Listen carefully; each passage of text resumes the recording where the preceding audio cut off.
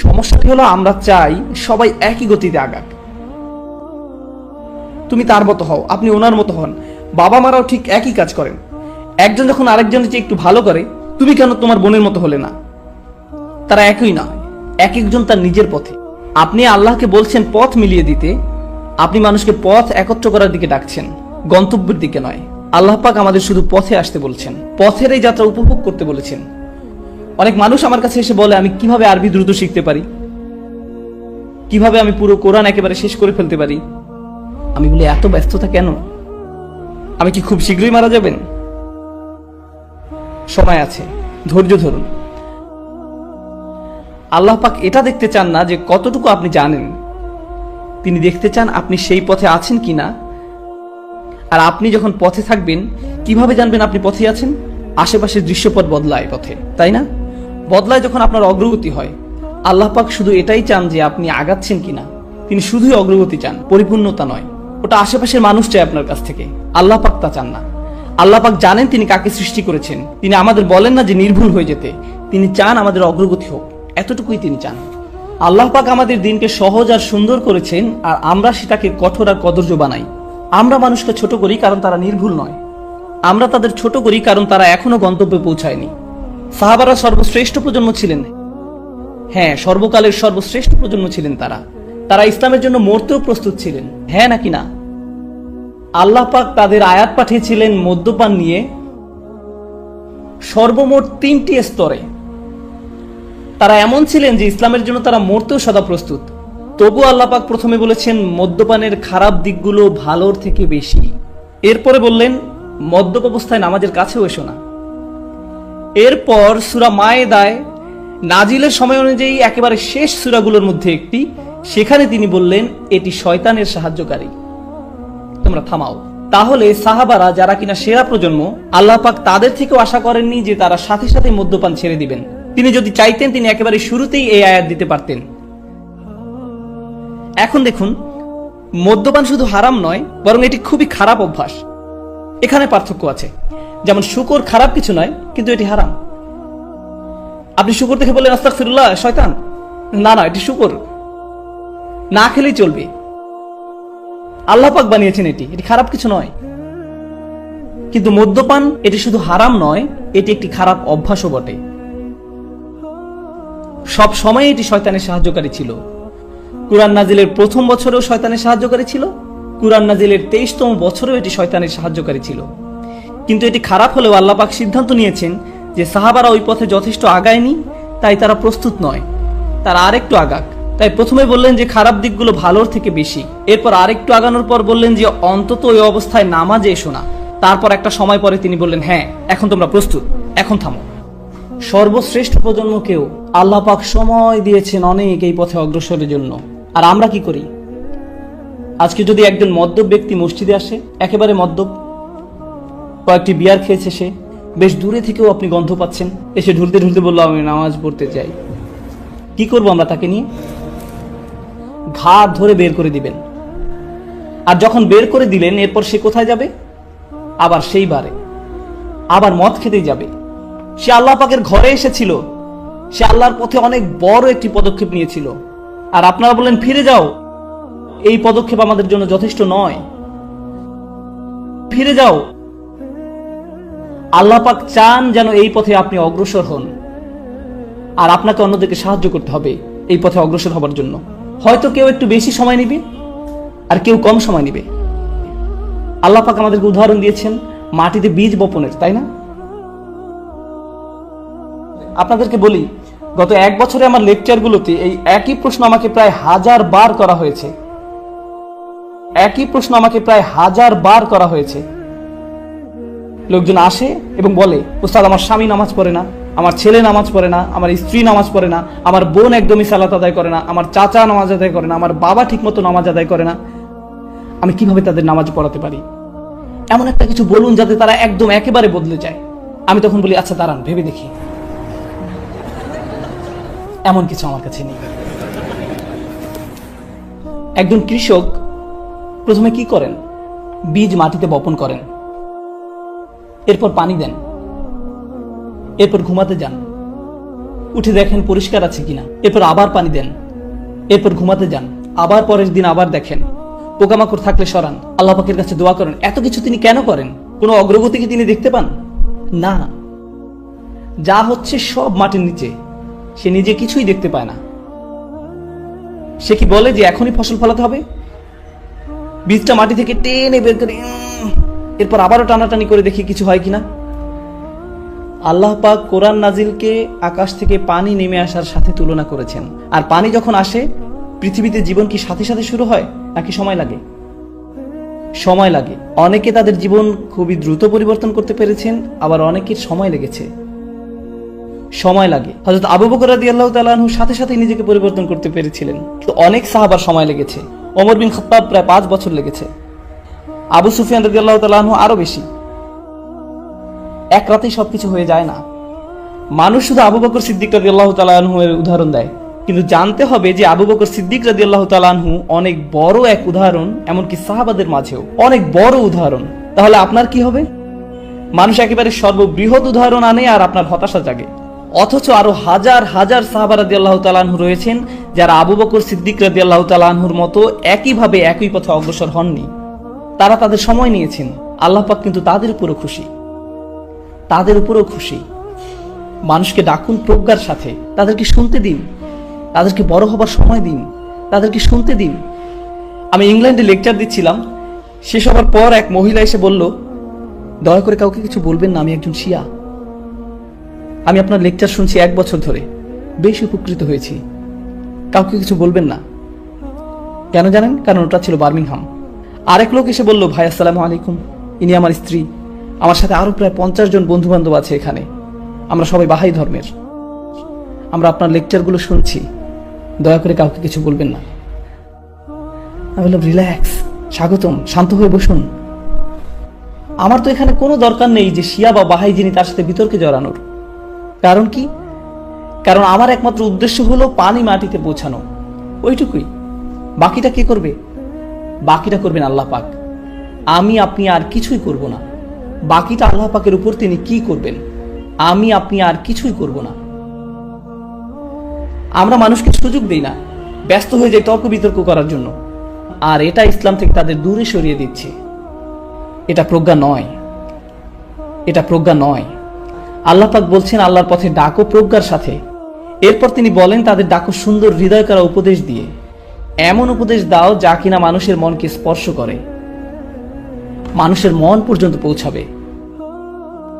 এ কথার মানে কি? অনেক কিছু হতে পারে, কিন্তু আমি সংক্ষেপে বলছি, একেবারেই সহজে।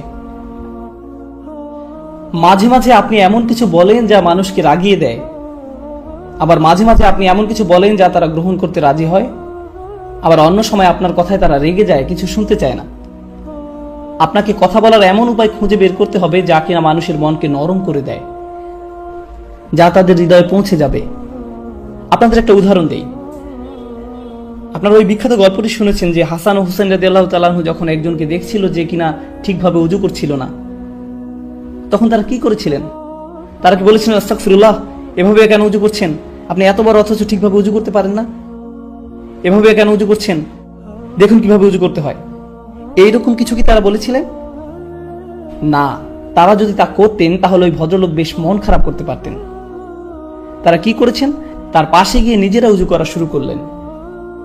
আর এটা তার মনে গাঁথল যে এই ছোট ছোট ছেলেরা এত সুন্দর করে সময় নিয়ে উজু করছে, আমারও ওদের মতো সময় নিয়ে ভালোভাবে উজু করা উচিত। তারা কি করলো? এখানে তারা প্রজ্ঞা ব্যবহার করলো আর সুন্দর উপদেশ দিল যা কিনা মানুষের মনকে স্পর্শ করলো। এমন উপদেশ যা কারো মনকে নরম করে দেয়, এমন নয় যা কারো মনকে আরো শক্ত করে দেয়। কেউ যদি আপনার সাথে তর্ক করার মানসিকতা নিয়ে আসে, সরে যান ওখান থেকে। কেউ যদি অতি আবেগী হয়ে যায়, চলে যান। বিতর্কে জড়ানোর দরকার নেই। দাওয়াহ আর তর্ক এক নয়। কেউ কেউ বলে, আমি আমার কাজিনকে দাওয়াত দিচ্ছিলাম, আমরা 3 ঘন্টা ধরে তর্ক করেছিলাম। এটা দাওয়াত নয়। মানুষ যখন উল্টাপাল্টা আপত্তিকর কথা বলা শুরু করবে, তখন থেমে যান। পরে আবার সময় আসবে, আবার কথা বলা যাবে। আপনাকে এখনই কাউকে ঠিক করতে হবে না।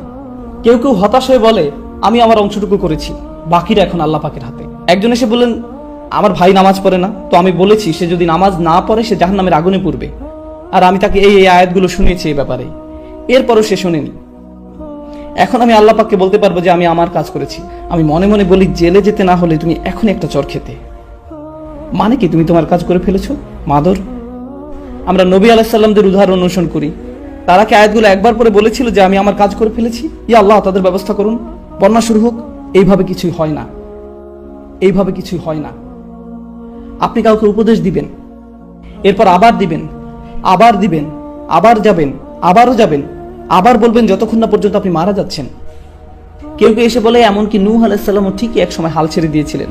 আমি তখন বলি, আচ্ছা আপনিও 950 বছর ধরে দাওয়াত দিন, এরপর হাল ছেড়ে দিন।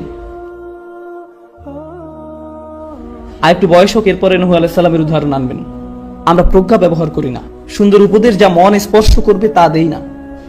আপনাদের বলি, হয়তো এই কথা বলার জন্য আমাকে ঝামেলায় পড়তে হবে, পরেও করি না। যখন এখানে এসেছি একটা ব্যাপারে আমি খুবই কষ্ট পেয়েছি। এখানে যারা ট্যাক্সি ড্রাইভার, যারা দোকানে বা হোটেলের কর্মচারী, যারা রাস্তা পরিষ্কার করছে, আমরা তাদের পাশ দিয়ে যাই, অথচ তাদের সালাম দেই না, একদমই সালাম দেই না। রাসূলুল্লাহ সাল্লাল্লাহু আলাইহি সাল্লাম বলেছেন, আল কাসিবু হাবিবুল্লাহ, আল কাসিবু হাবিবুল্লাহ। আল্লাহ তাকে ভালোবাসেন যে কিনা কষ্ট করে তার টাকা উপার্জন করে। তো ওই পাঠান লোকটি যে কিনা সারাদিন নান বানাচ্ছে, তার পরনের কাপড় যা সাদা ছিল এখন বাদামি হয়ে গেছে, সে আপনার পাশ দিয়ে গেল আর আপনি মুখ বাঁকিয়ে বললেন, এরা এখানে কি করছে? না না না না না, আল কাসিব হাবিবুল্লাহ, তারা অন্তত আপনার সালাম পাওয়ার তো যোগ্য, তারা অন্তত আপনার সালাম পাওয়ার তো যোগ্য। আর আমরা এই একই ধারণা নিয়ে আছি যে কেউ কেউ অন্য কারো থেকে উপরে। আমাদের ধর্মে এমন কিছুই নেই, সকল মানুষ সমান, সবাই। আর বিশেষ করে মুসলিমরা, সকল মুসলিম একে অপরের ভাই ভাই, সকল মানুষ সমান, সবাই। হোটেলে আসার পর একজন এসে বলল, স্যার আপনার সাথে কি একটু ছবি তুলতে পারি? আমি বললাম যে স্যার কেন বলছেন, আমি তো আপনার ভাই। Okay sir. স্যার ভাই, আমি কি আপনার সাথে একটু ছবি তুলতে পারি? তাদের মনের ভিতরে এই ধারণা ঢুকিয়ে দেওয়া হয়েছে কেউ কেউ কারো থেকে উপরে। এটা ঠিক নয়, সবাই সম্মানিত এই দিনে। আমরা যখন নামাজে দাঁড়াই তখন এক কাতারে দাঁড়াই নাকি? দাঁড়ানোর আগে কি কারো পাসপোর্ট চেক করা হয়? এরপর বেছে বেছে প্রথম কাতারে পাঠানো হয়, জিজ্ঞেস করা হয় যে আপনি কত টাকা আয় করেন, যান আপনি চতুর্থ কাতারে যান। আপনি তো তা করেন না। নামাজও আমাদেরকে এটাই শিখাচ্ছে যে প্রত্যেক মানুষ সমানভাবে সম্মানিত। আর এটা শুধু এই সমাজের সমস্যা নয়, এটা শুধুমাত্র উপসাগরের দেশের সমস্যা নয়। একই কাণ্ড ঘটছে পাকিস্তানে, মিশরে, বাংলাদেশে, ভারতে। আমি নিজের চোখে দেখেছি, এক ধনী পরিবার রেস্টুরেন্টে আসলো, তাদের 12 বছর বয়সী ছেলেটা জানালার বাইরে উকি দিল। তো তখন এক বৃদ্ধ লোক এসে বলল, স্যার চা লাগবে? প্রায় 60 বছর হবে বয়স। আর ছেলেটা বলল, যা নিয়ে আয়, যেন সে 5 বছরে কারোর সাথে কথা বলছে। জি দিদি নিয়ে আসছি। আমি যদি গ্রেপ্তার না হতাম তো ওই ছেলেকে তখনই ওখান থেকে বের করে আনতাম আর জিজ্ঞেস করতাম, উনি ওর চেয়ে কত বছরের বড়। বড়দেরকে সম্মান দেখাতে হয়। কোরআন মুখস্থ করার উদ্দেশ্য কি? আল্লাহ পাকের কালাম শিখা হলো, অথচ এই সকল কর্মচারীদের সম্মান দেখানো আমরা শিখলাম না, এইসব ট্যাক্সি ড্রাইভারদের সম্মান দেখানো আমরা শিখলাম না। তাহলে এই শিখার লাভ কি? কি শিখছেন? কেন শিখছেন? তাহলে আমাদের ধ্যান ধারণা পরিবর্তন করতে হবে। তাদেরকে ভালো উপদেশ দিন, সমান হিসাবে দেখুন, সম্মান করে কথা বলুন। সকল মানুষ সম্মানের প্রাপ্য, সবাই, শুধু মুসলিমরা নয়, এমনকি অমুসলিমও, সকল মানুষই সম্মানের প্রাপ্য। কেন তারা ইসলামের দিকে আসতে চাইবে যখন তারা আমাদের এইভাবে দেখবে? কি দেখিয়েছি তাদের আমরা? তাদেরকে ভালো উপদেশ দিন, সম্মান করে কথা বলুন। মানুষ বলে যে উম্মার সমস্যা হলো রাজনৈতিক, সমস্যা হলো অর্থনৈতিক, সামাজিক সমস্যা ইত্যাদি। আমি বলি সমস্যা হলো প্রজ্ঞার, হিকমার সমস্যা, মাওয়াইজাতুল হাসানার প্রবলেম। এটাই আমাদের সত্যিকারের সমস্যা। আর দাওয়া মানে এই না যে আপনি সবসময় নরম। আল্লাহ পাকের সবকিছু ব্যালেন্সড, সবকিছু ব্যালেন্সড। মাঝে মাঝে কেউ আপনাকে আক্রমণ করে, মজা নেয়, রাসূলুল্লাহ সাল্লাল্লাহু আলাইহি সাল্লামকে অপমান করে, এমন কিছু যখন হয় তখন নরম হবার সময় নয়, কঠোর হবার সময়। আল্লাহ পাক বলেন, উদউ ইলা সাবিলি রাব্বিক বিল হিকমা ওয়া মাউইজাতিল হাসানা ওয়া জাদিলহুম বিল্লাতি হিয়া আহসান। আর তখন তাদের সাথে আলোচনা করো উত্তম পন্থায়, এমন ভাবে যা কিনা তার চেয়ে ভালো। তারা তর্ক করলে আপনি আরো ভালোভাবে বুঝান, তারা রেগে গেলে আপনি শান্ত থাকুন। খারাপ কথা বললে আপনি ভালো কথা বলুন, কারণ আপনি যখনই জবাব দিবেন তা কেমন হওয়া উচিত? যা বলা হচ্ছে তার চেয়ে আরো ভালো কিছু হওয়া উচিত। যখন তারা আমাদের রাসূল সাল্লাল্লাহু আলাইহি সাল্লামকে অপমান করে তখন কি হয়, আমরা কিভাবে জবাব দিই? ইউটিউবে আপনারা মুসলমানদের কমেন্ট দেখবেন এরকম, হে কাফেররা, আমরা তোমাদের ঘৃণা করি, আমরা তোমাদের হত্যা করতে যাচ্ছি, আল্লাহর জন্য গালাগালি। কি সমস্যা আমাদের? ইউটিউবে বাজে মন্তব্য করা বন্ধ করুন। কেউ আপনার কমেন্টকে গুরুত্ব দেয় না। আমাদেরকে এমন মানুষে পরিণত হতে হবে যারা পরিপক্কতার সাথে কথা বলে। আমাদের একটি বৈশিষ্ট্য হলো আমরা বুদ্ধিবৃত্তিক জাতি, আমরা স্মার্ট, আমরা আবেগপ্রবণ নই। কিন্তু এখন পৃথিবীর মানুষ আমাদেরকে আবেগপ্রবণ মানুষ হিসেবে মনে করে, আর এটা আমাদের একটি অনেক বড় ত্রুটি। কারণ আমরা এখনো আল্লাহর বই থেকে শিখিনি কিভাবে প্রজ্ঞার সাথে জবাব দিতে হয়। আমরা শুধু জানি কিভাবে আবেগপ্রবণ হয়ে জবাব দিতে হয়। আমাদের নিজেদের অবস্থান উন্নত করতে হবে এবং সুন্দরতম পন্থায় তাদের সাথে বিতর্ক করতে হবে। মানুষকে বিচক্ষণতার সাথে দাওয়াত দিতে হবে, কাউকে সাহায্য করা, উপদেশ দেয়া। জানেন এসব ক্ষেত্রে কি হয়? একটা খুব বড় সমস্যা দেখা দেয়। আমি যখন কাউকে উপদেশ দিচ্ছি, সমস্যা হলো মাঝে মাঝে আমি এটা ভেবে ফেলি যে আমি তার চেয়ে উত্তম, আমি ভাবি তার থেকে আমি ভালো, তাই তার আমার উপদেশের দরকার। আর এটা বেশ বড় সমস্যা, বিশেষ করে আপনি যখন উপদেশ দিতে অভ্যস্ত হয়ে পড়েন। আপনি যে ভেবে বসেন আপনি অন্যদের চেয়ে অনেক ভালো। শুনুন, আমার কাছে এই মাইক আছে, 18টা ক্যামেরাম্যান আমার দিকে ক্যামেরা তাক করে রেখেছে, কিন্তু এইসবের কোনো মূল্য আমার কাছে নেই। আমি কোনো অংশে আপনাদের চেয়ে উত্তম নই, আর আপনিও আমার চেয়ে উত্তম নন। শুধু আল্লাহই বলতে পারেন কে কার চেয়ে উত্তম, শুধুমাত্র আল্লাহ জানেন। এসব কোনো মর্যাদার মানদণ্ড নয়, তা হতে পারে না। আল্লাহ কি বলছেন? ইন্না রাব্বাকা হুয়া আ'লাম বিমান দাল্লা আন সাবিলিহি ওয়া হুয়া আ'লামু বিল মুহতাদিন। আপনার রব, তিনি একমাত্র জানেন কে পথ হারিয়েছে, কে পথ ভ্রষ্ট হয়েছে সঠিক পথ থেকে। আল্লাহ ভালো জানেন আমি বিপথে আছি না আপনি। আমি তো এটাও জানি না আমি নিজে সঠিক পথে আছি কিনা, এতটুকু জ্ঞান আমার নেই। আপনাকে পথ নির্দেশনা দেওয়ার আগে আমার বুঝতে হবে আল্লাহ একমাত্র জানেন আমার মর্যাদা কতটুকু। আল্লাহ একমাত্র জানেন আমার মর্যাদা কতটুকু, আমার আসল অবস্থান কোথায়। তো আমাকে আল্লাহর সামনে নত থাকতে হবে অন্য কাউকে উপদেশ দেওয়ার আগে। আমি কখনো বলি না সুবহানাল্লাহ, এই লোকগুলো পুরোপুরি বিভ্রান্তির মধ্যে আছে, আমার এদেরকে সাহায্য করতে হবে। এটা ভাববার আগে একটু থামুন, আমি তো নিজের অবস্থান কোথায় তাও জানি না। আর দ্বিতীয়ত, যখন কাউকে উপদেশ দিচ্ছেন অথচ তারা আপনার কথা শুনছে না, তারা সেভাবে পরিবর্তিত হচ্ছে না যেভাবে আপনি চাইছেন, তাদের কোনো রূপান্তর দেখা যাচ্ছে না, এর মানে কিন্তু এই না যে তারা পথভ্রষ্ট। হয়তো কোনো বীজ বেড়ে উঠছে কিন্তু আপনি তা দেখতে পাচ্ছেন না। তবে আল্লাহ জানেন ভিতরে কি হচ্ছে, আমরা শুধু জানি বাহিরে কি হচ্ছে। আর বাহিরেরটা দেখি আমরা অধৈর্য হয়ে পড়ি, আর ভিতরে কি হচ্ছে সে ব্যাপারে কোনো খেয়াল করি না। আর আপনাদের প্রতি এটা আমার শেষ মন্তব্য, এই কথা দিয়ে আজ শেষ করতে চাই, কারণ এটা এই উম্মতের সবচেয়ে গুরুত্বপূর্ণ সমস্যাগুলোর একটি। আজকের এই উম্মতের সবচেয়ে বড় সমস্যা হলো জ্ঞানের অভাব। এই অভাবের উপস্থিতি বোঝা যায় যখন আমরা বাহ্যিক দিক দেখে ব্যতিব্যস্ত হয়ে পড়ি, অথচ অন্তর্গত বিষয়গুলো নিয়ে ভাবি না। এমনকি ইসলামিক কর্মকাণ্ডেও না। একটা ছেলে খুব ভালো কারণ সে সম্পূর্ণ কুরআন মুখস্থ করে ফেলেছে, কিন্তু এটা তো বাহ্যিক বিষয়। একজন ভালো মানুষ সেই যার অনেক ইলম আছে, এটাও তো বাহ্যিক বিষয়, অন্তর্গত বিষয় নয়। আপনার অনেক ইলম থাকা সত্ত্বেও আপনি একজন জঘন্য মানুষ হতে পারেন, এটা সম্ভব, তাই না? আপনি হতে পারেন একজন হাফিজ, কিন্তু আল্লাহ আর রাসূলের ব্যাপারে আপনি এক বিন্দু পরোয়া করেন না। সম্ভব এটা? অবশ্যই। কেউ হাফিজ হলেই যে সে ভালো মানুষে পরিণত হয় এমনটা নয়। হিফজ খুবই গুরুত্বপূর্ণ, আমার সন্তানরাও হিফজ চর্চা করে, কিন্তু হিফজ এই সমীকরণের খুবই ক্ষুদ্র একটা অংশ। আমাদের আগে অন্তরের সমস্যা দূর করতে হবে, এটাই সবচেয়ে গুরুত্বপূর্ণ বিষয়। অন্য সবকিছুর চাইতেও এর গুরুত্ব বেশি। কিছু মানুষ বলে যতক্ষণ না তোমার অনেক ইলম অর্জন হবে তুমি আল্লাহর কাছে কিছুই না। আমি তাদের বলি আমি জানি না আপনি কোন কোরআন পড়েছেন, কারণ এটা সেই কোরআনের শিক্ষা নয় যেটা আমি পড়েছি, এটা সেই কোরআনের বাণী নয়। রাসূলুল্লাহ সাল্লাল্লাহু আলাইহি ওয়াসাল্লাম কোরআন তেলাওয়াত করছিলেন, আর সে সময় কিছু জিন সে পথ দিয়ে যাচ্ছিল। আপনারা জানেন গল্পটা? রাসূল সাল্লাল্লাহু আলাইহি ওয়াসাল্লাম কোরআন পড়ছিলেন আর কিছু জিন সে পথ দিয়ে যাচ্ছিল। তারা যখন কোরআন শুনতে পেল তখন বলল, এই চুপ, এটা কি শুনতে পাচ্ছি? যখন সম্পূর্ণ তেলাওয়াত শেষ হলো তারা তাদের জাতির নিকট ফিরে গেল এবং দাওয়াত দিতে শুরু করলো। কতটুকু সময় ধরে জিন জাতি কোরআন শুনেছিল? কয়েক মিনিট। তারা কি তাফসিরের উপর কোনো ডিগ্রি পেয়েছিল কোনো ডিগ্রি? তার তাসবিদের ইজাজা পেয়েছিল কোনো প্রতিষ্ঠান থেকে? এই জিনেরা কোরআন শিখেছিল কতক্ষণের জন্য? অল্প কয়েক মিনিটের জন্য। অথচ এরপরে কি হলো? তারা তাদের স্বজাতির কাছে ফিরে গিয়ে তাদের আল্লাহর কিতাবের প্রতি আহ্বান জানানো শুরু করলো। আর তাদের দাওয়া এতটা চমৎকার ছিল যে আল্লাহ তা কোরআনের অংশ পরিণত করেছেন। আমরা এই কোরআনেই তাদের উক্তি পেয়েছি। এই জিনেরাকে উলামা, ফুকাহা না, এরা সাধারণ জিন, তাদের প্রজাতির সাধারণ সদস্য। কিন্তু জানেন আল্লাহর কাছে তাদের অসাধারণ হওয়ার কারণ কি? তাদের আন্তরিকতা। আমরা ধর্মকে জটিল করে দিতে পছন্দ করি, কিন্তু আল্লাহ তার দিনকে সহজ করতে পছন্দ করেন। আল্লাহর দিন জটিলতা মুক্ত, সুন্দর, এটা সাদাসিধা, এতটা সাদাসিধা যে একজন জিনও সেটা বুঝতে পারেন। অথচ তাদের কোনো পিএইচডি ডিগ্রি নেই, তবুও তারা বুঝতে পেরেছেন। আমরা সহজকে জটিল বানাতে পছন্দ করি। আমরা ইসলামের সবকিছু শিখতে চাই জটিল উপায়ে, আর আল্লাহ তা শিখাতে চান সহজ সরল উপায়ে।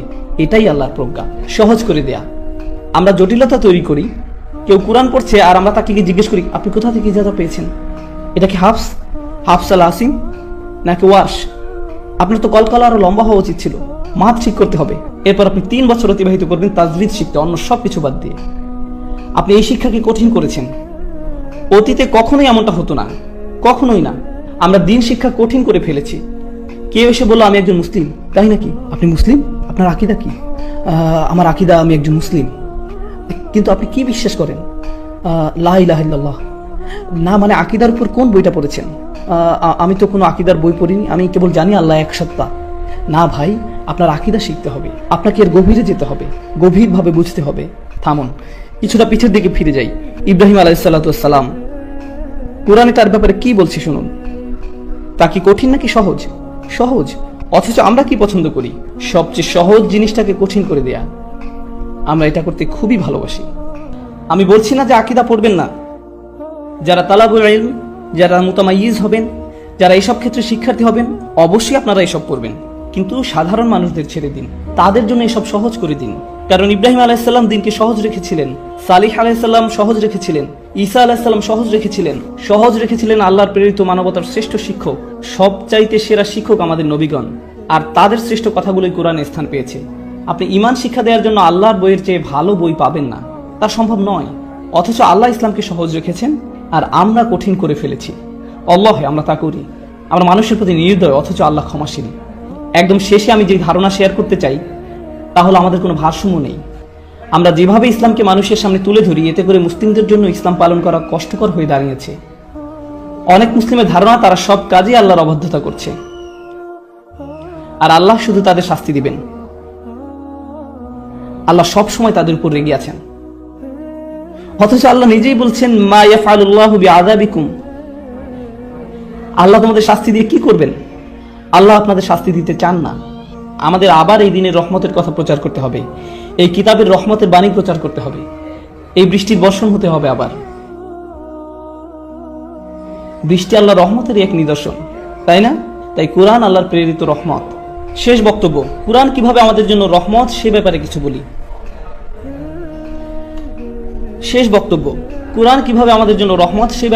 বলি। আমি কাতারে সূরা আর রহমান নিয়ে কথা বলেছিলাম। এখানে শুধু একটা জিনিস শেয়ার করব, শুধু একটা বিষয়। আজকে ফিরে যাওয়ার সময় এই কথাটা ভাবতে থাকুন। সূরা আর রহমান শুরু হয়েছে আর রহমান দিয়ে। এটা আল্লাহর খুবই সুন্দর একটা নাম, তাই না? এটা আল্লাহর সেই নাম যাতে ভালোবাসা আছে, যাতে স্নেহ আছে। আল্লাহর সেই নাম যা রহম শব্দটার সঙ্গে সম্পর্কিত। কত সুন্দর নাম আল্লাহর। বোস্টনে এক মেয়ে এসে আমাকে বলল, আমি ইসলাম ধর্ম ছেড়ে দিয়েছি। আমি জিজ্ঞেস করলাম, কেন ছেড়ে দিয়েছেন? মেয়েটা বলল, সূরা আর রহমানের জন্য। আমি বললাম, কেন? সূরা রহমান আপনার কি ক্ষতি করেছে? সে বলল, সূরা রহমানে আল্লাহ শুরু করেছেন আর রহমান দিয়ে। তিনি বলছেন তিনি ভালোবাসেন, প্রতিপালন করেন, ক্ষমা করেন। অথচ সূরার মাঝখানে তিনি দোজখ নিয়ে কথা বলতে শুরু করলেন। কিভাবে মানুষ সেখানে? এই খুতবায় আমি সূরা বাকারার 61তম আয়াতটি নিয়ে কিছু ভাবনা এবং শিক্ষা আপনাদের সাথে আলোচনা করব। আর এই আয়াতটি নিয়ে কথা বলতে গিয়ে আমি মনে করি আয়াতটি নিয়ে গভীর চিন্তাকারী প্রত্যেক ব্যক্তি উপলব্ধি করতে পারবেন যে আমাদের জন্য এই সময় এই ধরনের আয়াত নিয়ে গবেষণা কেন গুরুত্বপূর্ণ। আল্লাহ আজ্জা ওয়া জাল্লা আয়াতটিকে একটি বিশেষ প্রেক্ষাপটে এখানে সন্নিবেশিত করেছেন। বনী ইসরাইল ফেরাউনের হাত থেকে রক্ষা পেয়েছিল, তারা ফেরাউন থেকে রেহাই পেয়েছিল, আর অনেক অনেক প্রজন্ম ধরে তারা ফেরাউনের শাসনের অধীনে বসবাস করে আসছিল। তো দীর্ঘ সময় ধরে তারা অধিকৃত জনগোষ্ঠী হিসেবে বসবাস করেছে। কর্তৃত্ববাদী একটি শক্তির অধীনে, যা তাদেরকে শাসন করেছে, দাসতুল্য আচরণ করেছে এবং নিচু জাত হিসেবে গণ্য করেছে। এখন বিষয় হলো, নির্যাতনকারী এবং নির্যাতিতের মাঝে অদ্ভুত একটা সম্পর্ক রয়েছে। পৃথিবীর ইতিহাসে আপনি দেখবেন যে কিছু জাতি অন্য জাতির দ্বারা শাসিত হয়েছে। গোটা মানব ইতিহাস জুড়ে এমনটা ঘটেছে। উদাহরণস্বরূপ জাপানিরা চাইনিজদের সাথে এমনটা করেছিল, ব্রিটিশরা পৃথিবীর অনেক দেশেই এমনটা করেছে, ডাচরা এমনটা করেছে ইন্দোনেশিয়াতে, ইত্যাদি ইত্যাদি। আর যখন এই আক্রমণকারী ঔপনিবেশিক শাসকরা কোথাও চলে আসে, সেখানে বিজয়ী হওয়ার পর তাদের বিরুদ্ধে যুদ্ধরতরা ছাড়া সাধারণ জনগণ, লক্ষ কোটি সাধারণ জনগণের কাছে প্রথমে মনে হয় না যে তাদের জীবনে খুব একটা পরিবর্তন এসেছে। রোমানরা বিজয়ী হওয়ার আগে যে কৃষক ছিল, রোমানরা বিজয়ী হবার পরেও সে কৃষকই রয়ে গেছে। তাদের প্রদত্ত কর হয়তো ভিন্ন কর্তৃপক্ষের হাতে যাচ্ছে, কিন্তু জীবন খুব একটা পরিবর্তিত হয়নি, যুদ্ধের সময়টা বাদে। একইভাবে বিশেষত রোমান সাম্রাজ্য, মঙ্গোলীয় সাম্রাজ্য, অন্য যুদ্ধবাজ জাতিগুলো যারা গোটা পৃথিবী জুড়ে তাদের সাম্রাজ্যকে বিস্তৃত করেছে, তাদের এটা করার একটা পন্থা ছিল এই যে তারা বিদ্যমান অবস্থাতে তেমন একটা পরিবর্তন আনতো না।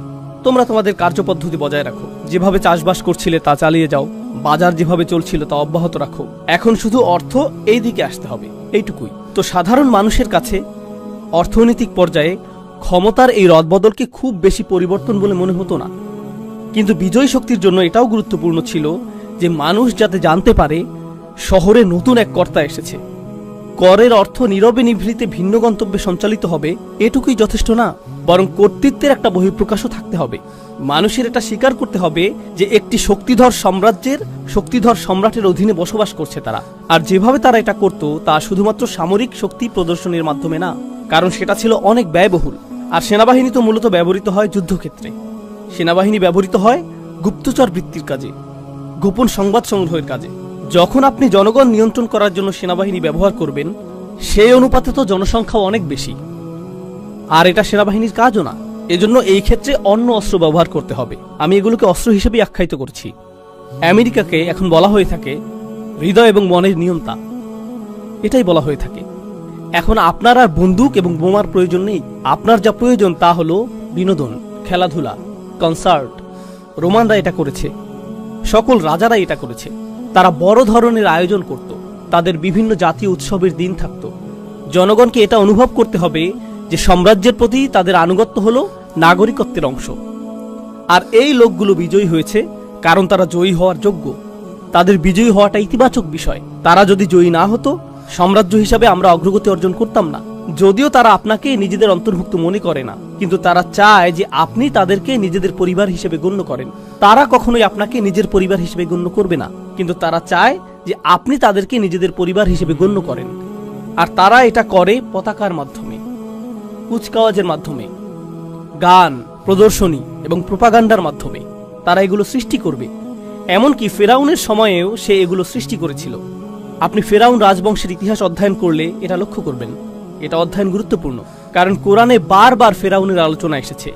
আপনি যদি প্রাচীন মিশরীয় ফেরাউন সাম্রাজ্য নিয়ে জানেন, তারা প্রচুর পরিমাণে অদ্ভুত কিন্তু ভীতিকর এবং শক্তিশালী স্মৃতিস্তম্ভ নির্মাণ করেছিল, যেমন পিরামিড, স্ফিংস এবং অন্যান্য আরও অদ্ভুত ধরনের স্থাপনা, যা দেখার জন্য এখনও মানুষ এই সকল স্থান ভ্রমণ করে। আর এই সকল স্থাপনা এমনভাবে নির্মাণ করা হয়েছিল যে যখন মানুষ নৌপথে ভ্রমণ করত, তারা এই স্থাপনাগুলো নদীর তীরে দেখতে পেত। এই লোকদের সাথে ঝামেলা করা যাবে না, দেখো তারা কি নির্মাণ করেছে। এটা ছিল ভীতি সৃষ্টির একটা মাধ্যম। কোরআনে আল্লাহ আজ্জা ওয়া জাল্লা পূর্ববর্তী জাতিগুলোর ব্যাপারে এই বিষয়টি বর্ণনা করেছেন। যেমন হুদ আলাইহিস সালামের জাতি, তারাও এটা করত। তারা মূর্তি এবং বিশালাকার স্থাপনা নির্মাণ করত, অন্য কোনো কারণে না, বরং একটা ভাবমূর্তি, একটা প্রভাব সৃষ্টির জন্য। ঠিক তো এটা কোনো একটা বিষয়ের প্রতীক। আপনারা জানেন, যখন আমেরিকার বিদ্রোহীরা ব্রিটিশ সাম্রাজ্যের বিরুদ্ধে যুদ্ধ করেছিল, তখন ফ্রেঞ্চরা যেহেতু ব্রিটিশদেরকে ঘৃণা করত, ব্রিটিশদেরকে মানসিক যন্ত্রণা দেওয়ার জন্য তারা স্ট্যাচু অফ লিবার্টি উপহার দিয়েছিল, ফ্রান্স এবং আমেরিকার মাঝে মৈত্রী সম্পর্কের প্রতীক স্বরূপ। আর স্ট্যাচু অফ লিবার্টি কিসের প্রতিনিধিত্ব করে? স্বাধীনতা, বাক স্বাধীনতা, ধর্মের স্বাধীনতা, মত প্রকাশের স্বাধীনতা, মানুষ হিসেবে যেমন ইচ্ছা বাঁচার স্বাধীনতা। যদিও ফ্রান্স এই স্বাধীনতাগুলো উদযাপন করে, সেখানে হিজাব পরিধান করলে আপনি চাকরি পাবেন না। বায়োডাটাতে আপনার নামে মুহাম্মদ উল্লেখ করলে চাকরির ইন্টারভিউর জন্য ডাক পাবেন না। সেই ব্যক্তি যিনি একজন সাদা চুলের সাদা চামড়ার আলজেরিয়ান, তার নাম আব্দুল করিম। তিনি একটি চাকরির আবেদন করেছেন, কিন্তু তিনি তা পেলেন না। তিনি নিজের নাম পরিবর্তন করে জেক রাখলেন, আর সাথে সাথেই চাকরির ডাক পেয়ে গেলেন। এটাই স্বাধীনতা। কিন্তু এটা শুধু একটা প্রতীক। এটা মানুষকে দেখানোর জন্য যে এর প্রতিনিধিত্ব আমরা করি, এটাই আমরা উদযাপন করি। এটা করা হয় পতাকা এবং এই জাতীয় অন্যান্য জিনিসের মাধ্যমে। এখন বেশিরভাগ মানুষের ক্ষেত্রে কি ঘটে? বেশিরভাগ মানুষের ক্ষেত্রে এই সাম্রাজ্যগুলো যা করেছিল তা হলো, এই মানুষগুলো পৃথিবীর সম্পর্কে যেরকম চিন্তা করে তা নিয়ন্ত্রণ করত। আপনি যদি সেই সময় বসবাস করতেন, তাহলে তারা চাইতো যে তাদের মতো করে জগৎ আপনি চিন্তা করেন। তারা চায় সেভাবে আপনি জগৎকে দেখুন, যেভাবে তারা আপনাকে দেখাতে চায়।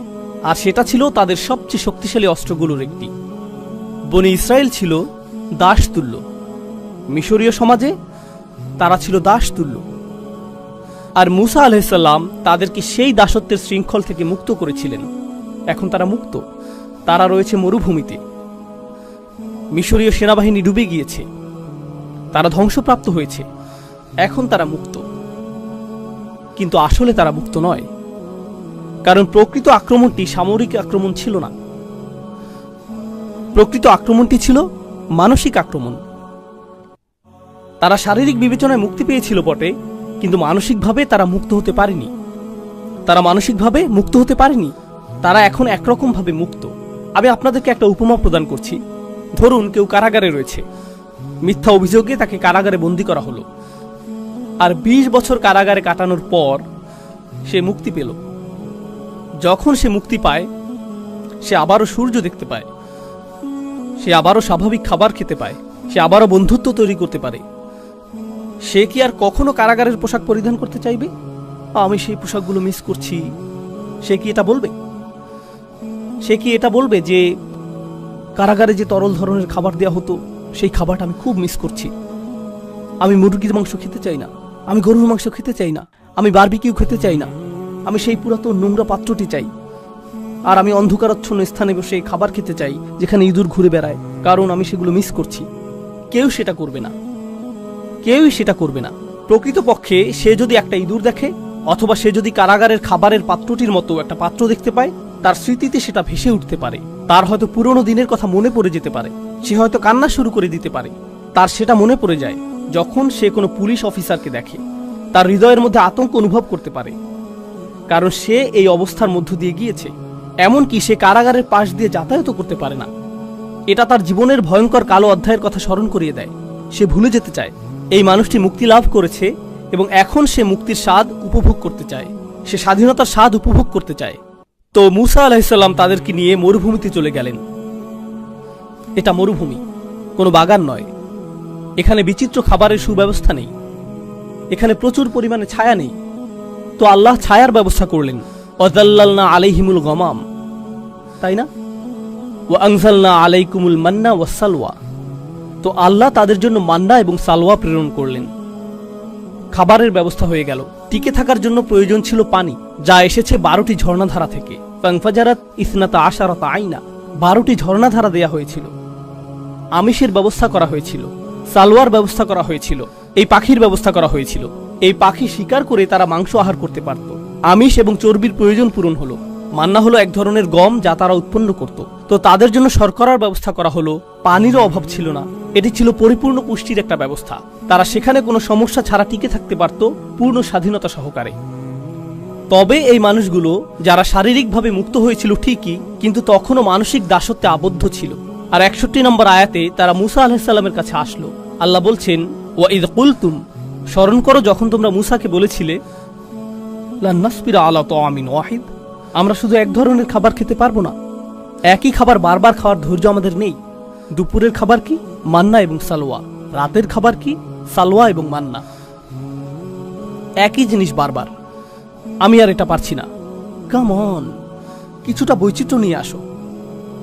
তো তারা মুসা আলাইহিস সালামের কাছে আসলো, আর অভিযোগের এই অংশে তারা বলল, ফাদউ লানা রাব্বাক ইখরিজ লানা মিম্মা তুমবিতুল আরদু মিন বাকলিহা ওয়া কিসাইহা ওয়া ফুমিহা ওয়া আদাসিহা ওয়া বাসালিহা। তারা বলল, কেন তুমি তোমার প্রভুর কাছে দোয়া করছো না? তার উচিত আমাদের জন্য আরো বিচিত্র ধরনের সবজির ব্যবস্থা করা, যেমন ডাল, পেঁয়াজ, কিছুটা তরকারি থাকা তো প্রয়োজন। কিছু মশলা তো থাকা প্রয়োজন। এই জিনিস খেয়ে যেতে পারবো না, আমরা কি আল্লাহর কাছে ভালো খাবারের অর্ডার করতে পারি না? এটাই তারা জিজ্ঞেস করছে। এটা কেন গুরুত্বপূর্ণ? কেন আল্লাহ এই সকল সবজির নাম উল্লেখ করলেন? মজার বিষয় হলো এইগুলো ছিল মিশরের জনপ্রিয় সবজি, আর তারা তাদের মিশরীয় প্রভুদের সব সময় এই খাবার খেতে দেখেছে। আর তাদের কাছে সেখানে সম্ভবত এটা তো শুধুমাত্র 2টা খাবারের মিশ্রণ, সেই খাবারের কিছুটা অবশিষ্টও ছিল। আমি আপনাদেরকে উপমা দিয়েছি যে তারা কারাগারের খাবার মিস করে, তাই না? এখন তোমরা মুক্ত হয়ে গিয়েছো, কিন্তু তোমাদের মস্তিষ্ক এখনো কারাগারের মধ্যে রয়েছে, আর তোমরা সেই খাবারই চাইছো যা কারাগারে থাকতে উপভোগ করতে।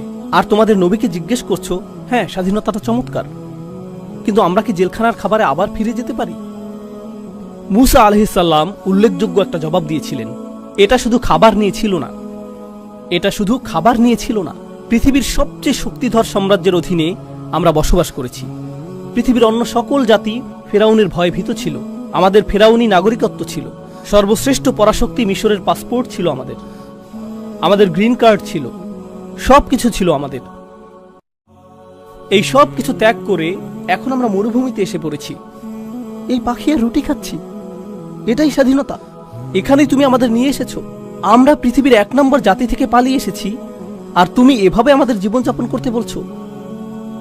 লক্ষ্য করুন, তারা 1 নম্বর জাতি ছিল না, তারা ছিল 1 নম্বর জাতির দাস। কিন্তু তাদের চিন্তায় আমরাই 1 নম্বর জাতি। কারণ মিশরীয় প্রভুরা তাদের মধ্যে এই ধারণা সৃষ্টি করেছিল যে তারা সেই সাম্রাজ্যের অংশ, যদিও আপনি আসলে একটা পতঙ্গ যা তারা তাদের পায়ের নিচে পিষ্ট করে। আপনি আসলেই পতঙ্গ ছিলেন যা তারা পিষ্ট করে। তারা এমনটাই ছিল।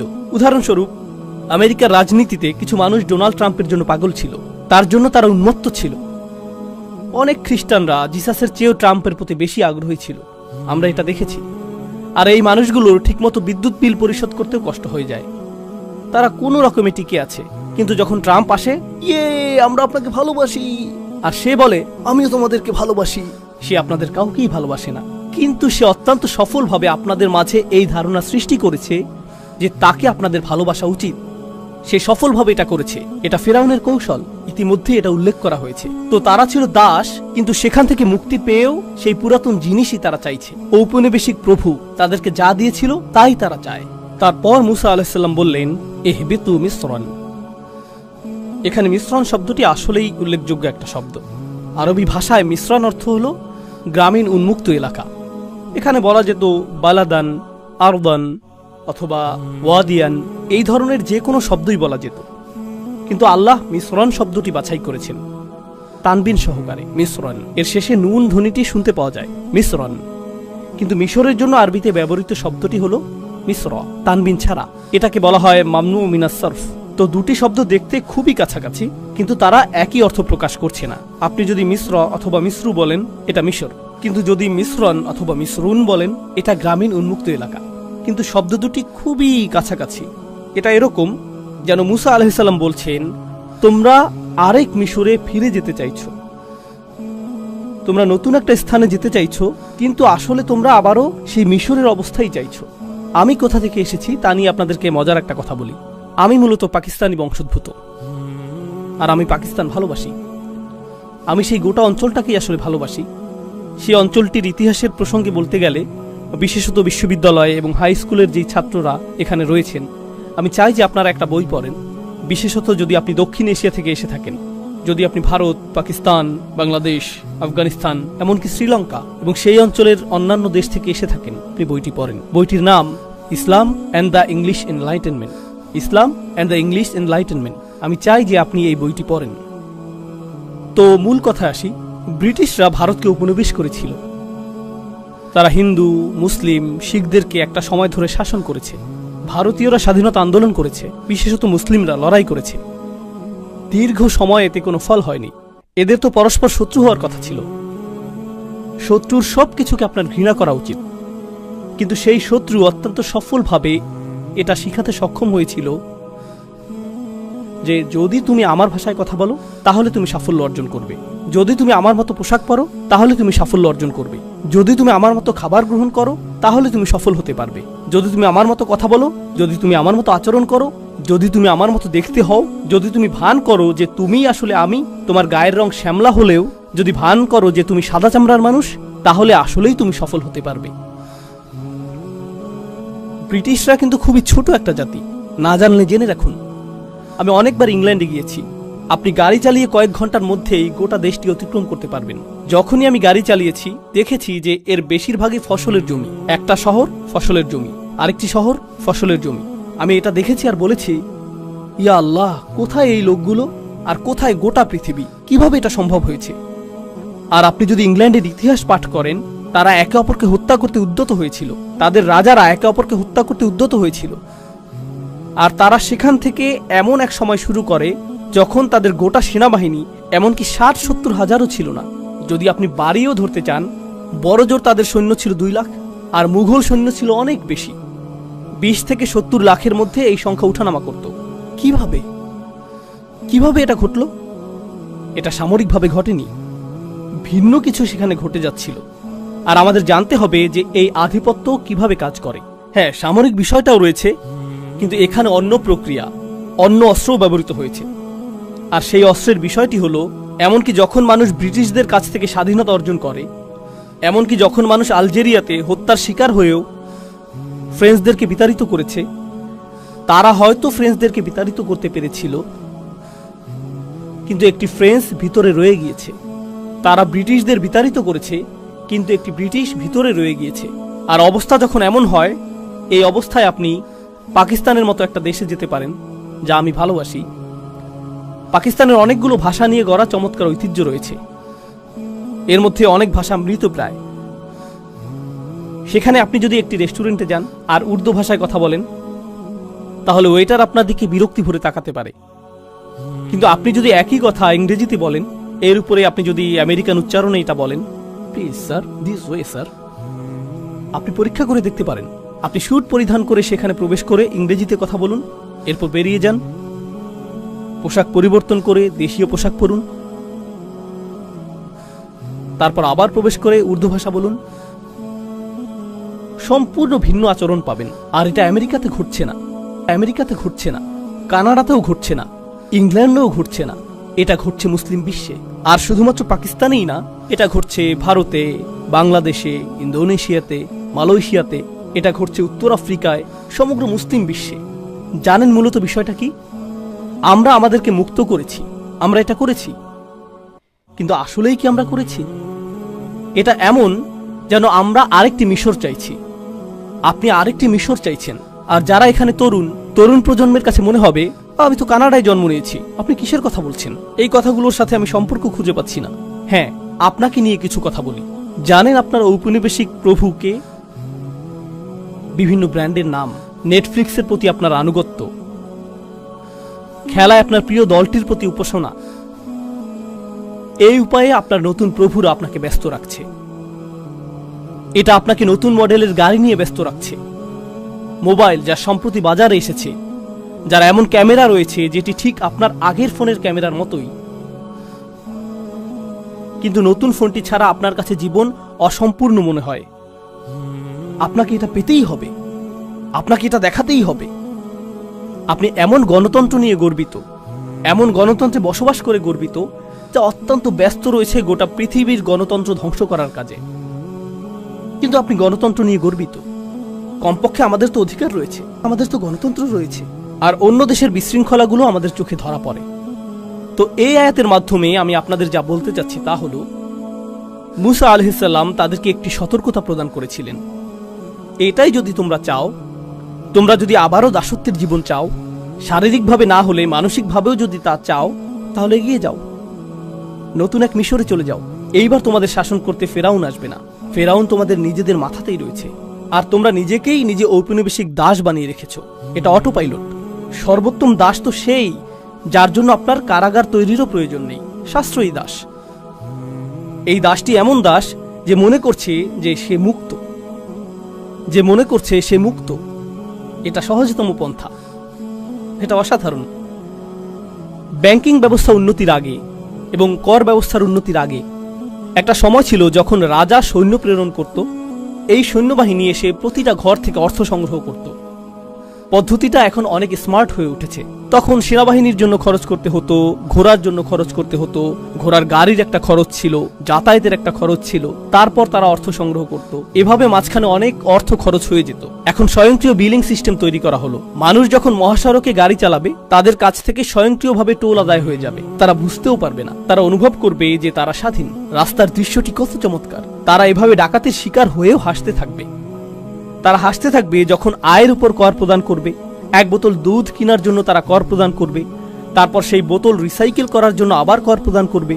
একটি গাড়ি কিনতে, গাড়িটি পার্ক করতে, নষ্ট গাড়িটি সারাতে তারা কর প্রদান করবে। আমরা শুধু তাদের অর্থ নিতেই থাকবো, আর তারা হাসতে থাকবে আর বলবে, এটা তো চমৎকার। এটা ফেরাউনের চেয়েও অনেক কার্যকর দাস ব্যবস্থা। ফেরাউন এটা দেখলে গর্বিত হতো। ফেরাউনও বলতো, এটা অসাধারণ। ইহবিতু মিসরান ফাইন্না লাকুম মা সাআলতুম। আর আপনি যদি এই মানসিক দাসত্ব থেকে মুক্ত হতে না পারেন, আপনি যদি মুক্ত হতে না পারেন, এর পরিণাম কি? আলোচনাটি আমি আর দীর্ঘায়িত করতে চাই না, হাতে সময় সীমিত। শুধু একটা বিষয় বলছি। আল্লাহ বলেছেন এর পরিণতি কি? এটা সহজ। কোরআনে অনেকগুলো নিয়ম বা বিধান রয়েছে। আপনারা মাধ্যাকর্ষণ নিয়ম সম্পর্কে জানেন, আপনারা পদার্থবিজ্ঞানের নিয়ম সম্পর্কে জানেন, আপনারা প্রজ্বলনের নিয়ম সম্পর্কে জানেন, আপনারা রসায়নের নিয়ম সম্পর্কে জানেন, আপনারা শরীরতত্ত্ব সম্পর্কে জানেন। আপনি যদি বিষাক্ত কোনো খাবার গ্রহণ করেন, আপনার শরীর ক্ষতিগ্রস্ত হবে। এমন নিয়ম রয়েছে যা এটা বর্ণনা করে। এমন বিধান কার্যকর রয়েছে। আল্লাহ নির্দিষ্ট বিধান কার্যকর করে রেখেছেন। আপনি নিজের হাতকে আগুনের মধ্যে প্রবেশ করাতে পারবেন না। এখানে প্রজ্বলনের বিধানটি কাজ করবে, তাই না? সবকিছুরই কার্যকারণ থাকবে এবং এর ফলাফলও থাকবে। ঠিক একইভাবে কোরআনে আল্লাহ আমাদেরকে আরেক ধরনের কার্যকারণ এবং ফলাফলের কথা বলেছেন। আল্লাহ যদি এটা শিক্ষা না দিতেন, আমরা কখনোই তা জানতাম না। পদার্থবিজ্ঞান আপনি শিখে নিতে পারেন, প্রজ্বলনের বিধানটি আপনি শিখতে পারেন, শরীরতত্ত্ব আপনি শিখে নিতে পারেন, কিন্তু আরো কিছু বিধান রয়েছে যেগুলোর কার্যকরণ এবং ফলাফল রয়েছে, যা আল্লাহ শিক্ষা না দিলে আপনি কখনোই শিখতে পারবেন না। ওই আল্লিমুকুম মা লাম তাকুনু তা'লামুন। তোমাদেরকে তা শিক্ষা দেন যা তোমরা নিজেরা জানতে না। আল্লাহ বলছেন, দুরিবাত আলাইহিম আযিল্লাহ। আযিল্লাহ দিয়ে তাদেরকে চপটাঘাত করা হয়েছিল, আঘাত করা হয়েছিল। তো আমি চাই যে আপনারা জিল্লাহ শব্দটি উপলব্ধি করুন। এছাড়াও আরো বোঝার রয়েছে, কিন্তু যদি জিল্লাহ শব্দটি বুঝতে পারেন, এটা যথেষ্ট, এখনকার জন্য যথেষ্ট। তো আল্লাহ বলছেন, এই লোকগুলো যারা মানসিকভাবে দাসত্ব বরণ করতে চেয়েছিল, তারা জিল্লাহ দ্বারা আঘাতের শিকার হয়েছিল। তো এই শব্দটি দিয়ে আসলে কি বোঝাচ্ছে? এটা এসেছে আরবি শব্দ মুজাল্লাল থেকে, তরিকুন মুজাল্লাল, অর্থাৎ এমন পথ যার উপর মানুষ প্রচুর হাঁটে, যার ফলে এটা মসৃণ হয়ে যায়। যেমন আপনি যদি এমন স্থানে বসবাস করেন যেখানে পায়ে চলার জন্য আলাদা পথ না থাকে, সেটা যদি ঘাস এবং আগাছাপূর্ণ স্থান হয় আর মানুষ হাঁটতেই থাকে, তখন এই আগাছাগুলোর মাঝখানে মসৃণ পথ তৈরি হয়, সেখানে কিছু জন্মায়ও না। এটা হলো তরিকুন মুজাল্লাল, মসৃণ পথ। যেহেতু এর উপর অনেক হাঁটা হয়েছে, ফলে এটা মসৃণ হয়ে গিয়েছে। হা ইতুন জলিল, এটা ব্যবহৃত হয় দেয়ালের ক্ষেত্রে। মানুষ দেয়াল নির্মাণ করে বাইরের মানুষকে দূরে রাখার জন্য, কিন্তু দেয়ালটি যদি 1 হাত পরিমাণ উঁচু হয়, এর ফলে মানুষ সহজেই ঢুকে পড়তে পারে। এটা অকেজো, কারণ এটা অনেক নিচু। এই ধরনের দেয়ালকে বলা হয় হা ইত জলিল, এটা অনেক নিচু। এভাবে বাইতুন জলিল, যখন আপনি বাড়ি কিনেন, আপনি তা কিনতে চান উঁচু জায়গার উপর, কিছুটা উঁচু স্থানে, কারণ যখন বৃষ্টি নামবে পানি গড়িয়ে নেমে যাবে। কিন্তু আপনি যদি নিচু স্থানে বাড়ি কিনেন, অন্য সকল বাড়ির পানি আপনার বাড়িতে চলে আসবে, আপনার বাড়িই বন্যার শিকার হবে। এটাই বাইতুন জলিল। তারা জুলাল আল করম শব্দটি ব্যবহার করে এমন গলার হারের জন্য যাতে সস্তা পুঁতি থাকে, কিন্তু এর মাঝ বরাবর মূল্যবান কয়েকটি পাথর থাকে যা নিচে ঝুলে থাকে। তো দুল্লিয়াত আনাকিদুহ, মূল্যবান যে পাথরগুলো নিচে ঝুলে থাকে সেগুলোকে আসলে বলা হয় জুলাল, যেগুলো নিচে ঝুলে থাকে। মুহাম্মদ হাসান জাবাল কর্তৃক লিখিত আরবি ভাষার বিখ্যাত অভিধানে তিনি এই ব্যাপারে বলেছেন, নাকসুস ইরতিফা ইশাই, কোনো কিছু উঁচু ছিল কিন্তু এখন তা নিচু হয়ে গেল, এটাই দলিল। কেউ শক্তিশালী ছিল, এরপর সে দুর্বল হয়ে গেল, এটাই দলিল। সামাজিক দৃষ্টিকোণ থেকে কেউ আগে আত্মমর্যাদা সম্পন্ন ছিল, আর এখন মানুষের পায়ের নিচে পিষ্ট হওয়াকে এবং নত হয়ে থাকাকে সে উপভোগ করে, এটাই দলিল। তো মুসলিম সভ্যতার সাথে কি ঘটেছে? আজকের দিনেও এমন স্থান রয়েছে, আমি নিজে এমন স্থানে গিয়েছি, মুসলিম সমাজেই কোনো নারী যদি হিজাব পরিধান করেন, তিনি সেখানে অশিক্ষিত, গেয় এবং সেকেলে বিবেচিত হন। তারা পশ্চিমাদের থেকেও বেশি পশ্চিমা সাজতে চায়। পশ্চিমারাও এতটা পশ্চিমা সুলভ আচরণ করে না। কেন? কারণ আমরা এটা অনুভব করতে চাই যে আমরা আধুনিক অনুভব করতে চাই।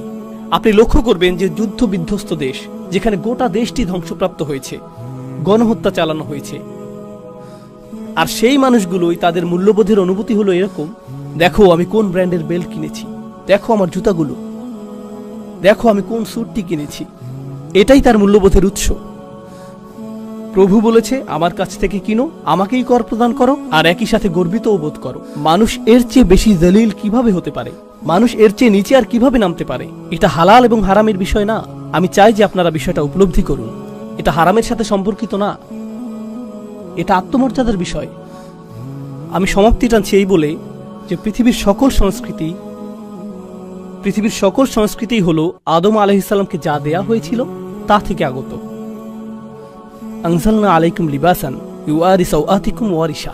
আদম আলাইহিস সালামকে বলা হয়েছিল, আল্লাহ তোমার জন্য পোশাক প্রেরণ করেছেন যাতে তোমার লজ্জাস্থানকে আবৃত করতে পারো। তো আপনি যদি পরিধান করেন বাংলাদেশি পোশাক, পাকিস্তানি পোশাক, আফগানি পোশাক, আমেরিকান পোশাক, ব্রিটিশ পোশাক, জাপানি পোশাক, এই সবগুলোরই সূচনা হয়েছে আদম আলাইহিস সালামকে যা প্রদান করা হয়েছিল তা থেকে। আর আল্লাহ তার কিতাব এবং তার রাসূলের সুন্নাহর মাধ্যমে আমাদেরকে পথ নির্দেশনা দিয়েছেন পোশাকের থেকে অজ্ঞতা দূর করার জন্য। আপনি পরিশীলিতভাবে জাপানি পোশাকও পরতে পারেন, আপনি পরিশীলিতভাবে আমেরিকান পোশাকও পরতে পারেন, চাইনিজ অথবা অন্য যে কোনো জাতির পোশাকই পরতে পারেন। সংস্কৃতি প্রত্যাখ্যানের বিষয় নয়, বরং ঔপনিবেশিক প্রভুত্বকে প্রত্যাখ্যান করা উচিত। শাসন করার মানসিকতাকে, শাসকের উপাসনাকে প্রত্যাখ্যান করা উচিত। আর সুবহানাল্লাহ, আমরা অত্যন্ত চমৎকার সময়ে বসবাস করছি। এই সময়ে আমাদের জন্য এই ধরনের আয়াত নিয়ে গভীর চিন্তা করার মাধ্যমে বিশেষত তরুণ প্রজন্মের কাছে একটা সুযোগ রয়েছে ঔপনিবেশিক মানসিকতা থেকে উম্মাকে মুক্ত করার, যা মুসলিম চিন্তাকে আচ্ছন্ন করে রেখেছে 1 শতাব্দীরও বেশি সময় ধরে। মুসলিমরা হলো পৃথিবীর বুকে শক্তিশালী একটা জনগোষ্ঠী। আমরা বেশ কয়েক শতাব্দী ধরে ঘুমিয়ে আছি। আমাদের কিছুটা খারাপ সময় পার করছি। আমরা শুধুমাত্র খারাপ সময় পার করছি, কিন্তু এর অর্থ এটা না যে আমরা দুর্বল, আমরা ঘুমন্ত সিংহ। আমরা জেগে উঠতে শুরু করছি। গাজায় যা ঘটে যাচ্ছে তা শুধুমাত্র পরিশীলিতভাবে জাপানি পোশাকও পরতে পারেন, আপনি পরিশীলিতভাবে আমেরিকান পোশাকও পরতে পারেন, চাইনিজ অথবা অন্য যে কোনো জাতির পোশাকই পরতে পারেন। সংস্কৃতি প্রত্যাখ্যানের বিষয় নয়, বরং ঔপনিবেশিক প্রভুত্বকে প্রত্যাখ্যান করা উচিত। শাসন করার মানসিকতাকে, শাসকের উপাসনাকে প্রত্যাখ্যান করা উচিত। আর সুবহানাল্লাহ, আমরা অত্যন্ত চমৎকার সময়ে বসবাস করছি। এই সময়ে আমাদের জন্য এই ধরনের আয়াত নিয়ে গভীর চিন্তা করার মাধ্যমে বিশেষত তরুণ প্রজন্মের কাছে একটা সুযোগ রয়েছে ঔপনিবেশিক মানসিকতা থেকে উম্মাকে মুক্ত করার, যা মুসলিম চিন্তাকে আচ্ছন্ন করে রেখেছে 1 শতাব্দীরও বেশি সময় ধরে। মুসলিমরা হলো পৃথিবীর বুকে শক্তিশালী একটা জনগোষ্ঠী।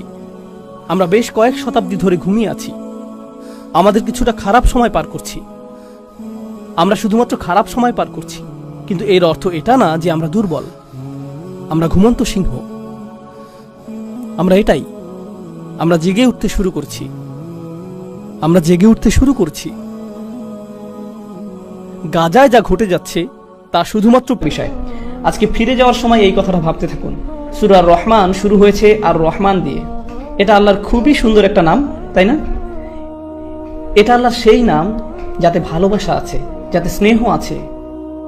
আল্লাহর সেই নাম যা রহম শব্দটার সঙ্গে সম্পর্কিত। কত সুন্দর নাম আল্লাহর। বোস্টনে এক মেয়ে এসে আমাকে বলল, আমি ইসলাম ধর্ম ছেড়ে দিয়েছি। আমি জিজ্ঞেস করলাম, কেন ছেড়ে দিয়েছেন? মেয়েটা বলল, সূরা রহমানের জন্য। আমি বললাম, কেন? সূরা রহমান আপনার কি ক্ষতি করেছে? সে বলল, সূরা রহমানে আল্লাহ শুরু করেছেন আর রহমান দিয়ে। তিনি বলছেন তিনি ভালোবাসেন, প্রতিপালন করেন, ক্ষমা করেন, অথচ সূরার মাঝখানে তিনি দোজখ নিয়ে কথা বলতে শুরু করলেন। কিভাবে মানুষ সেখানে